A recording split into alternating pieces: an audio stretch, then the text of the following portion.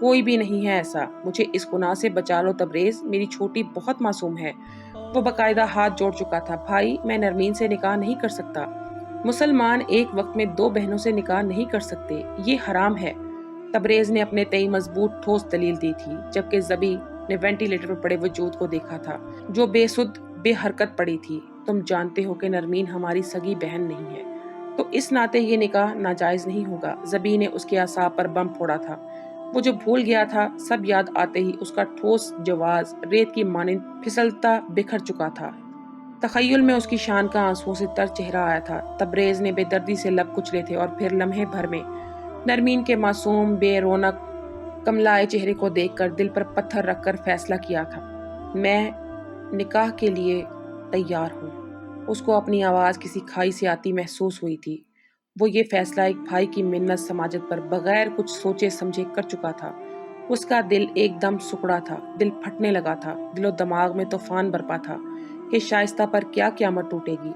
پر نظر نرمین پر پڑی تو دل کی وحشت سے گھبراتا وہ لمبے لمبے ڈگ بھرتا وہاں سے نکلتا چلا گیا۔ حال زیرو بلب کی مدھم روشنی میں وہ اپنے بیڈ پر گردن تک کمبل اوڑھے کروٹ کے پل لیٹی خواب خرگوشی میں محو تھی۔ اس کے خوبصورت تراشیدہ بال تکیے پر بکھرے تھے۔ وہ پرسکون میٹھی نیند میں غوطہ زن تھی کہ جب ٹھک ٹھک کی آواز پر کسمسائی تھی۔ فلک نے نیند سے بھاری بوجھل آنکھیں کھول کر دیکھا، کمرے میں کسی کو نہ پا کر وہ پھر سے سر رکھ کر لیٹ گئی۔ ابھی کچھ سیکنڈ ہی گزرے تھے کہ ٹھک ٹھک کی آواز اب باقاعدہ بغیر رکے آنے لگی تھی۔ اس آواز پر فلک پھرتی سے اٹھ بیٹھی اور اپنے کمرے میں نظریں گھمائی۔ کمرے میں نیم اندھیرا تھا کہ وہ آواز کے تعاقب میں دیکھنے کی سعی کر رہی تھی۔ جبھی پھر سے دستک ہوئی تھی، جبھی اسے اندازہ ہوا آواز کھڑکی کی جانب سے آ رہی تھی۔ فلک نے بے ساختہ حلق تر کیا، چہرے پر خوف کے تاثرات ابھرے تھے۔ رات کے اس وقت کھڑکی پر کون ہو سکتا ہے؟ یہی سوچ کر اس کا چہرہ متغیر ہونے لگا تھا اور دل کی دھڑکن پل بھر کے لیے پھڑی تھی۔ وہ بلیک شارٹ شرٹ اور بلیک کیپری میں ملبوس، میک اپ سے پاک چہرہ لیے، لبوں پر زبان پھیرتی کھڑکی کی جانب دیکھ رہی تھی جس کے آگے دبیز مہرون رنگ کے پردے لٹکے تھے۔ تبھی وہ گنگیائی ہوئی سی بیڈ سے اٹھی اور کمرے کی لائٹ آن کرتی وہ کھڑکی کی جانب بڑھی جہاں ابھی تک دستک جاری تھی۔ اس نے ذرا سا پردہ سرکا کر دیکھا تو آنکھیں حیرت سے پھٹنے کی حد تک پھیل گئیں۔ ونڈو کے اس پار کوئی اس کی جانب پشت کیے پاکٹ میں ہاتھ ڈالے کھڑا تھا۔ فلک پھٹی پھٹی نگاہوں سے اس شخص کو دیکھ رہی جو شان استغنا سے کھڑا اسے خوف سے دوچار کر رہا تھا۔ جبھی وہ مڑا تھا، مفلر سے چہرہ ڈھکے وہ کالی سیاہ رات جیسی آنکھوں سے اسے دیکھ رہا تھا۔ وہ تھوڑا سا آگے ہوا تھا کہ فلک نے ڈر کر قدم پیچھے لیے۔ سامنے کھڑے انجان شخص کو دیکھ کر اس کے دل کی دھڑکنیں پھٹ چکی تھی، جن کی تھک تھک وہ بخوبی سن رہی تھی، جبکہ ماتھے پر پسینے کے قطرے نمودار ہوئے تھے۔ مقابل بنا کوئی اثر لیے گہری نگاہوں سے اسے دیکھ رہا تھا جو زرد چہرے کے ساتھ کھڑی تھی۔ تبھی اس شخص نے باہر سے لاک کھولنے کا اشارہ کیا تھا اور یہی وہ وقت تھا جب فلک کی چیخ نکلی۔ ساتھ ہی اس نے جلدی سے پردے برابر کیے۔ خوف کے مارے وہ کانپنے لگی تھی۔ رات کے اس پہر اپنے کمرے کی کھڑکی پر کسی انجان شخص کی موجودگی اس کی جان نکلنے کے در پر تھی۔ تبھی پھر سے دستک ہوئی تھی جو خاصی بلند تھی۔ فلک منہ پر ہاتھ رکھ کر چیخ کو دباتی پردے کو دیکھ رہی تھی۔ اس کے ہاتھ پاؤں سے جان جیسے نکل رہی تھی۔ وہ ایک ہی جگہ پسینے سے شل مجسمہ بنی کھڑی تھی۔ کچھ دیر بعد جب کوئی دستک نہ ہوئی تو فلک لرزتے قدموں سے اسی جانب بڑھی۔ اس نے ذرا سا پردہ ہٹایا تو سامنے گلاس سلائڈ پر ایک چٹ چپکی ہوئی نظر آئی۔ بات نہ مان کر غلط کیا، بہت غلط۔ میں تم سے ملنے آیا تھا، آج تو بغیر ملے لوٹ رہا ہوں کیونکہ میں ذرا جلدی میں ہوں، پر اگلی بار تم سے ملے بغیر نہیں جاؤں گا۔ تمہارا پریمی۔ فلک جو ہر وقت شیرنی بنی رہتی تھی، اس وقت اس کی حالت خوف زدہ ہرنی کی مانند تھی۔ وہ بار بار چٹ پر لکھی تحریر پڑھ رہی تھی۔ خوف سے اس کا رواں رواں کانپ اٹھا تھا۔ کون تھا وہ؟ کیوں آیا تھا یہاں؟ اور اس تحریر کا کیا مقصد تھا؟ ہزار سوال اس کے ذہن میں گردش کرتے اسے مفلوج کرنے کے در پر تھے کہ وہ بایاں ہاتھ ماتھے پر رکھے، دائیں ہاتھ کی شہادت کی انگلی دانتوں تلے دبائے وہ چھوٹے چھوٹے قدم اٹھاتی، سوچوں میں غرق بیڈ کی جانب بڑھی۔ نیند اب اس کی آنکھوں سے کوسوں دور تھی۔ صبح کا ضب نمودار ہوتے ہی ماہد کی آنکھ کھل گئی تھی۔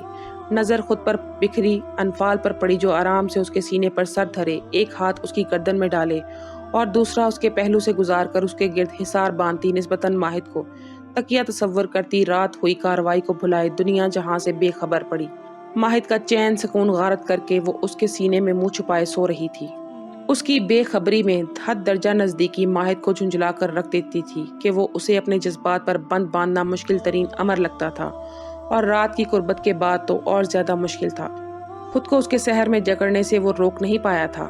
اس کی یہی گستاخیاں ہی تو ماہد کے دل کی دنیا میں پکڑ دھکڑ مچا دیتی تھی کہ وہ اسے ضبط کی تنابیں ٹوٹتی معلوم ہوتی، جنہیں وہ پھر سے لگام دے کر تھپک تھپک کر سلاتا۔ ساری رات وہ انفال کو اپنی باہوں میں لیے بس اسے ہی دیکھتا رہا تھا۔ اس کی قربت میں ماہد ارسلان خان کی نیند اس سے روٹ جاتی تھی۔ ساری رات ماہد کی والہانہ نظریں اس کی نقوش کو چھوتی رہی تھی اور ماہد اس کے بالوں کی جڑیں سہلاتا اس کے متعلق سوچتا رہا تھا۔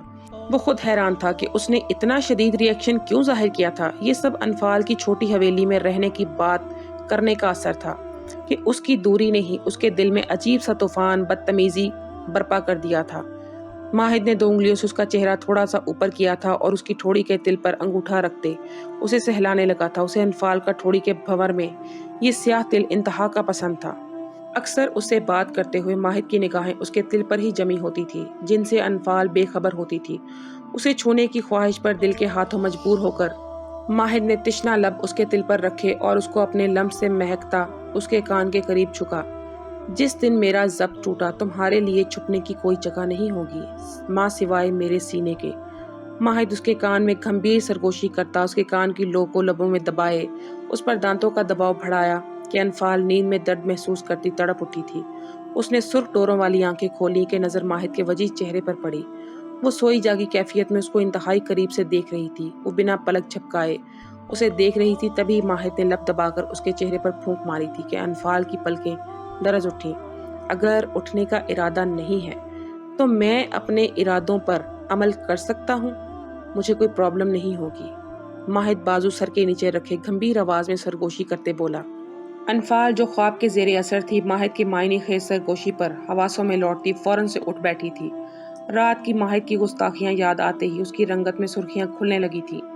آپ نے اچھا نہیں کیا۔ انفال پھرتی سے بیڈ سے اتر کر اس سے دور ہوتی بولی، مبادہ پھر نہ کہیں رات والی ٹون میں لوٹ آئے، جبکہ ماہد بغور اسے دیکھ رہا تھا جو اس سے فاصلہ بناتی منہ پھلائے سرخ ڈوروں والی آنکھوں سے اسے ہی دیکھ رہی تھی۔ اٹس اوکے، نیکسٹ ٹائم اچھا کروں گا، ڈونٹ وری، ماہد سنجیدہ لہجے میں معنی خیز سے کہتا اسے استحقاق بھری نظر ڈال کر واش روم میں بند ہو گیا، جبکہ انفال واش روم کے بند دروازے کو دیکھتی غصے سے دانت کچکچاتی ڈریسنگ روم میں گم ہو گئی۔ آپ مجھ سے اور کتنا کام کروائیں گے آخر؟ انفال کا ضبط جواب دے گیا تھا، تبھی جھنجھلا کر پھٹ پڑی۔ ماہد نے لیپ ٹاپ کی سکرین سے نگاہیں ہٹا کر سرد ناگوار نظروں سے اسے دیکھا۔ ساری زندگی اس کو چائے کی چھوٹی سی ٹرے پکڑے اپنی خدمت میں الرٹ دیکھ کر ماہد نچلے لب کا کنارہ دانتوں تلے دبائے گھمبیر آواز میں بولا۔ اسے انفال کا سرخ چہرہ بہت کیوٹ لگ رہا تھا۔ کیوں؟ نوکر نہیں ہوں میں آپ کی؟ انفال تڑک اٹھی۔ آواز نیچی رکھو۔ زبان دراز اور اونچی آواز میں بولنے والی عورتیں سخت ناپسند ہے مجھے، اور تم ٹاپ لسٹ میں ہو تو کیوں صبح سے مجھے اتنا تنگ کر رہے ہیں؟ وہ دانت پیستی گھرائی۔ تم اسے تنگ کرنا کہہ رہی ہو، جبکہ یہ تو شوہر کی خدمت ہے۔ تنگ کرنا کسے کہتے ہیں؟ وہ رات کو ٹریلر دکھا چکا ہوں، یو نو۔ ماہد نے گرے آنکھیں اس کی آنکھوں میں گاڑے کہا۔ اگر ابھی کنفیوژن ہو رہی تو میں پھر سے واضح فرق بتا سکتا۔ ماہد نے مسکراہٹ دبا کر ایک گہری نگاہ اس کے سراپے پر ڈال کر نظریں واپس سکرین پر مرکوز کی اور تیزی سے انگلیاں چلانے لگا، جبکہ انفال کا چہرہ غصے اور شرم سے کندھاری ہو گیا تھا۔ جہاں اسے ماہد پر سخت غصہ آ رہا تھا، وہیں رونا بھی، جو اسے چھوٹی حویلی جانے دینے کے عوض خدمتیں کرواتا صبح سے اپنے کام میں الجھا رکھا تھا۔ اب تو انفال کا صبر جواب دے گیا تھا، تبھی بھپری شیرنی بنی غرائی۔ آپ نے مجھے نہیں لے کر جانا؟ فی الحال نہیں، ماہد نے ہنوز نظریں اسکرین پر جمائے ہوئے کہا۔ صبح سے شام ہونے کو ہے اور آپ کہہ رہے ہیں نہیں؟ انفال غصے سے تیز ہوتی سانسوں میں پھنکاری۔ میری مرضی، اب اگر تمہاری آواز نکلی تو جانا کینسل کر دوں گا۔ وہ سنجیدگی سے بول کر اپنے کام میں مصروف رہا، جبکہ انفال خونخوار نظروں سے اسے گھور رہی تھی۔ رکھ تو جائے۔ اس کو بت بنا دیکھ ماہد کی گھمبیر آواز گونجی۔ تبھی اس نے غصے میں چائے سے بھرا کپ ٹیبل پر پڑی فائل پر الٹ دیا۔ What have you done, ignorant girl? Mahid ایک جھٹکے سے کھڑا ہوتا دھاڑا۔ اس کے تیور دیکھ کر انفال نے ڈر کے مارے باہر کی جانب دوڑ لگا دی۔ رکو، کہاں جا رہی ہو بیوقوف لڑکی؟ ماہد غصے سے چلایا، جو اس کی صبح کی محنت پر چائے پھیر گئی تھی کہ صبح سے بیٹھ کر ماہد نے اپنے نئے پروجیکٹ کی فائل تیار کی تھی جو اسے شام تک اپنے مینیجر کے ہاتھوں بھجوانی تھی۔ اس لیے وہ انفال کو لے کر نہیں جا سکا تھا کہ کام ختم ہونے کے بعد لے جائے گا۔ اس کو گولی کی سپیڈ سے باہر جاتا دیکھ ماہد نے تیش کے عالم میں ہاتھ کی مٹھی بنا کر ٹیبل پر دے مارا۔